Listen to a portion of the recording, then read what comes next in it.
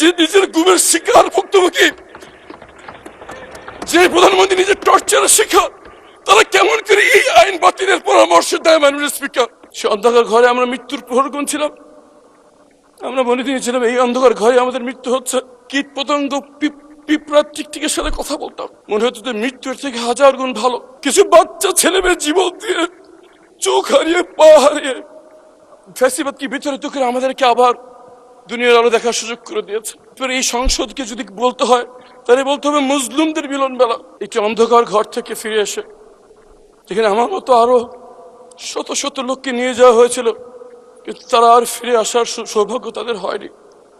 তাদের পক্ষ থেকে, তাদের পরিবারের পক্ষ থেকে একটি বিশেষ বিষয়ে আপনার দৃষ্টি আকর্ষণ, এই মহান সংসদ দৃষ্টি আকর্ষণ করতে যাচ্ছে। আমরা যারা গুমের শিকার, সে অন্ধকার ঘরে আমরা মৃত্যুর প্রহর গুনছিলাম, আমরা বলে দিয়েছিলাম এই অন্ধকার ঘরে আমাদের মৃত্যু হচ্ছে। হয় তারা আমাদেরকে হত্যা করবে, এখানে আমাদের মৃত্যু হবে। কথা বলার কেউ ছিল না আমাদের। কীট পতঙ্গ পিঁপড়ার টিকটিকের সাথে কথা বলতাম, বাইরে বুঝতে পারতেন না বাইরে কি দিন না রাত। মনে হতো জীবন্ত কবর দিয়ে দেওয়া হচ্ছে, মনে হতো যে মৃত্যুর থেকে হাজার গুণ ভালো। JBS holdings limited. মনে করতাম যে আজকে রাতে হয়তো হত্যা করা হবে। এভাবে মৃত্যুর প্রহর যখন গুনছিলাম, একদিন রাতে ট্রেনে হিসছে যখন আমাকে সেখান থেকে বের করছে, আমি ধরে নিয়েছি এখন আমাকে হত্যা করা হচ্ছে।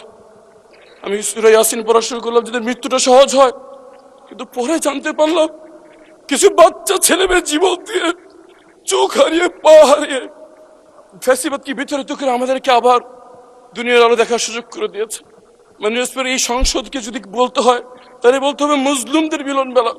এখানে এমন একজন কেউ পাওয়া যাবে না যে গত ফ্যাসিস্ট আমলে জুলুমের শিকার হয়নি। আমি গুমের ভুক্তভোগী যারা ফিরে আসছে তাদের পক্ষ থেকে, গুমের ভুক্তভোগী পরিবারদের পক্ষ থেকে একটি বিষয়ের দৃষ্টি আকর্ষণ করছি। আমরা স্তম্ভিত হয়ে লক্ষ্য করছি আমাদের সাথে যা করা হয়েছে, এই জুলুম যেন এই বাংলার মাটিতে আর কোনোদিন না হয় সেই নিশ্চিত করার জন্য যে দুটি আইন করা হয়েছিল, গুম প্রতিকার এবং প্রতিরোধ আইন এবং মানবাধিকার কমিশন আইন, বিশেষ কমিটি এই আইনগুলো বাতিলের সুপারিশ করেছে। মাননীয় স্পিকার, কেমন করে যে নিজের গুমের শিকার ভুক্তভোগী, যে প্রধানমন্ত্রী নিজের টর্চারের শিকার, তারা কেমন করে এই আইন বাতিলের পরামর্শ দেয়? মাননীয় স্পিকার, আমরা জানতে চাই কাদের কাদের। ধন্যবাদ। মাননীয় স্পিকার, শুধু একটি কথা বলে শেষ করছি। আমাদের ভুক্তভোগীদের পক্ষ থেকে আমাদের আবেদন, যদি সরকার কোনো পরিশোধিত করতে চায় এই আইনটিকে আগে অনুমোদন দিয়ে আইনের রূপান্তরিত করুক, পরে সংশোধনী বিল এনে তাকে সংশোধনী করা হোক। যদি সেটা না করা হয়, 12 তারিখ এই আইনটি বাতিল হয়ে গেলে 13 তারিখ গুমের কোনো সংজ্ঞা থাকবে না। ধন্যবাদ। মাননীয় আইনমন্ত্রী।